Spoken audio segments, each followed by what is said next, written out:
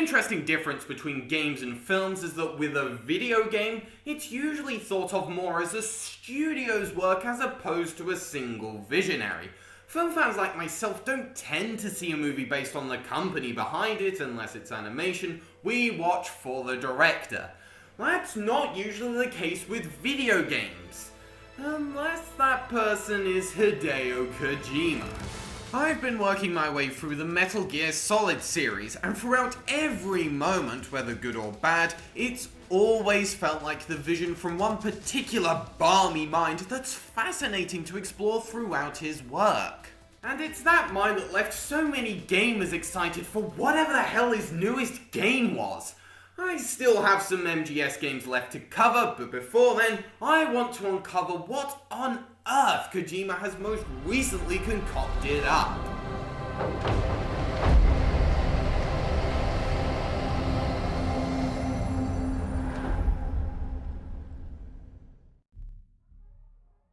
Because of Kojima's reputation, the marketing was allowed to be steeped in mystery. No one, not even some of the actors in the game, really knew what it was going to be like. What was promised was something new and original, but what that meant exactly would be unknown to me until I actually sat down and began playing the game a few months after the majority. So, what is this game about and what do I make of it?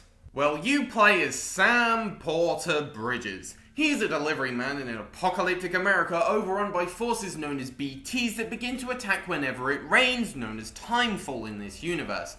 Sam is recruited by the Bridges Corporation to reconnect the different cities of America along with trying to rescue his sister and... Yeah, I'm not doing a very good job of explaining this, am I? You get the basic gist. Hopefully. The setup is quite complicated to explain succinctly, but it should be easy enough to understand if you're willing to pay attention to the exposition that makes up the entire goddamn story. IPs may change, but Kojima's willingness to dominate several sessions with cutscenes doesn't. What's funny is that even though the majority of the cutscenes in Death Stranding tend to last the same amount of time typical for the Metal Gear Solid series, they dragged far more here. Length has never been the problem here. I had no issue with the 40-minute chunk of cutscene towards the end of Metal Gear Solid 2. But that's because the content there was riveting. For me, Kojima's storytelling has always been at its worst when it's over-explaining stuff that really doesn't feel vital to understanding what's going on in the story. You can lose interest in what's being said and still know what's happening anyway. That's the feeling I got from this game's story constantly. Every cutscene is, you need to build America, or remember your past, Sam, that we're going to be vague about for now, or something else convoluted and forgettable. It's monologue after monologue, barely leaving any time to make you care about the characters. Sure, they're well acted, but they have very little personality outside of what the cast brings to them. And what's up with some of these names? Die Hardman sounds more like a pet name for Bruce Willis. But anyway, I didn't care for them, I didn't care about what they were saying, and so I didn't particularly care for the story. There's some cool artsy imagery, but I never felt intrigued as to its meaning. I'm not getting involved with you, or anyone else, ever again. Oh, come on! This is a video game. Why do we have to waste time on the player character not wanting to do the mission? I want to, so stop dragging it out! Yeah, so I'm not that big on the story, which is a key component to any Hideo Kojima game. Well, once you get past the narrative, is the game actually fun? Not only was something different and unique promised, but the back of the box tells you that the social strand system ushers in the new strand game genre. So what does that entail? Well, you'll get a delivery order from one place and you'll have to travel to the designated base to deliver the packages. The strand part of the game, I guess, is that you can leave helpful items like ladders and ropes and other stuff such as little signs that other players can see/use. That seems to be the main vision of the game, to feel like you're reconnecting this world. But the world feels a little too uninhabited for that feeling to properly come through, at least for me anyway. You never really see anyone else in person, it's almost always via hologram. And sure, it's kind of neat that items dropped by real players can be used, not to mention getting likes for your own contributions, but for what's supposed to be the key feature for a new genre, I feel like this game should have come out about 10 years earlier for the online to be mind-blowing. Now that we're spoiled for internet features in our video games, it's more of a novelty. But regardless of the artistic vision, how does the game actually feel to play? Here's how a standard delivery goes. You get a delivery request and first have to sort out your inventory to accommodate the weight of the packages. Now, this is a really weird thing for me to focus on, but I hate the menus in this game. Just look at it. How needlessly complex does that look? Maybe it's just me, but I never wanted to spend more time in that screen than I needed to. Anyway, once you've gotten all the packages equipped to Sam, it's time to head off. So, what exciting trials and tribulations await you on your many journeys?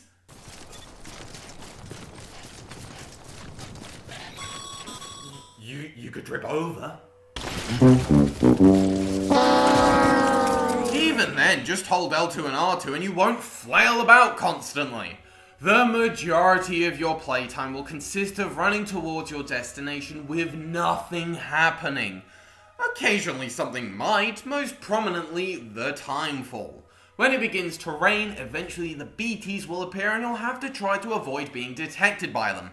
The first time this happens is in a cutscene, and it's a pretty tense sequence, made more effective by the fact it's done in one long shot. But the suspense eventually runs out when you realize these encounters are the same. You'll likely get caught, so you struggle with them for a bit before being pulled by them to a nearby spot where a giant black dolphin will try and attack you, but if you run away for it long enough, it'll all just disappear. Eventually you can use grenades against them, but still, they go from an intimidating presence to an irritating inconvenience. Their appearances are scripted as well, so you can't just go and rest in a safe zone until the timefall stops. This game doesn't offer you any real obstacles to overcome. They're disruptions. Some of the only other humans you'll come across are bandits that will attack you on sight. For a while you can only really hit them, and even then it might not even work, so you'll have to run away from them. Once I even dodged them trying to hit me, got what I needed from that area, and ran away again. There is kind of stealth, but it's there. Boss fights are kind of fun, although very easy, and some of the more outlandish stuff in the game does clash with its usually melancholy tone on multiple occasions. But that's only a minor nitpick. Something that really got under my skin, however, is the BB. In the narrative, it's a baby that you keep in a jar that senses BTs and occasionally shows you some more story content. You keep it with you, and if it gets too stressed about BTs or Sam falling over, it starts to cry and you have to rock it calm.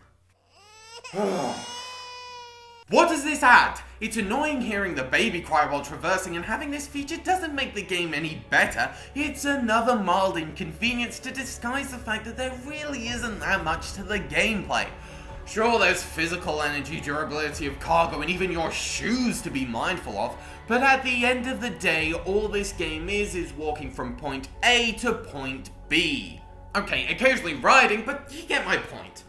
And you know what? I'll admit that there can be an odd sense of satisfaction when you do arrive to the drop-off point, but I also think that highlights possibly my biggest issue with this entire game. It's all about the destination, not the journey. Pretty much every game is about getting from one point to another, but it's what happens in between those points that creates the experience. Events unfold, challenges are faced, you're given a sense of progression on your journey.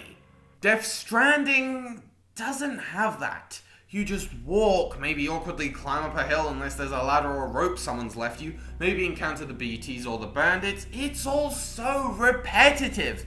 This isn't so much a game as it is a career. You're a glorified postman doing the same thing day in and day out with very little to distinguish your assignments. It doesn't help that the world itself is pretty boring. It looks pretty enough, especially in the opening, but nowhere really sticks out. It's just a lot of hills and the occasional city. I can't deny that whenever my goal is in sight, I'd feel a slight twinge of eagerness to get there. but it's hard not to shake off the feeling that at best, this is a £10 Steam game with really nice graphics, not a fully priced AAA release. And the final nail in the coffin, this is an absurdly long game.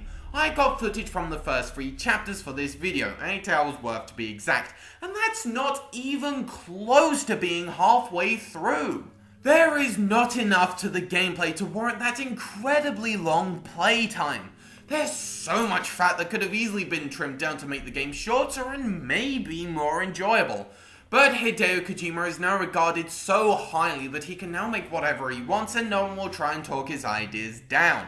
It's the classic auteur problem, when some reining in created better experiences in the past, but now you don't need to do that anymore.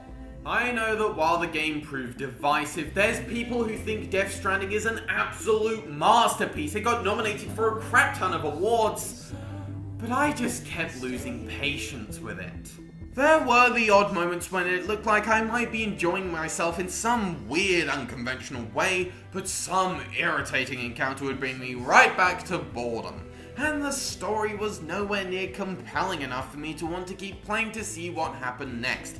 I'm glad I gave it a good go, but for a game about bringing people together, it unfortunately drove me away.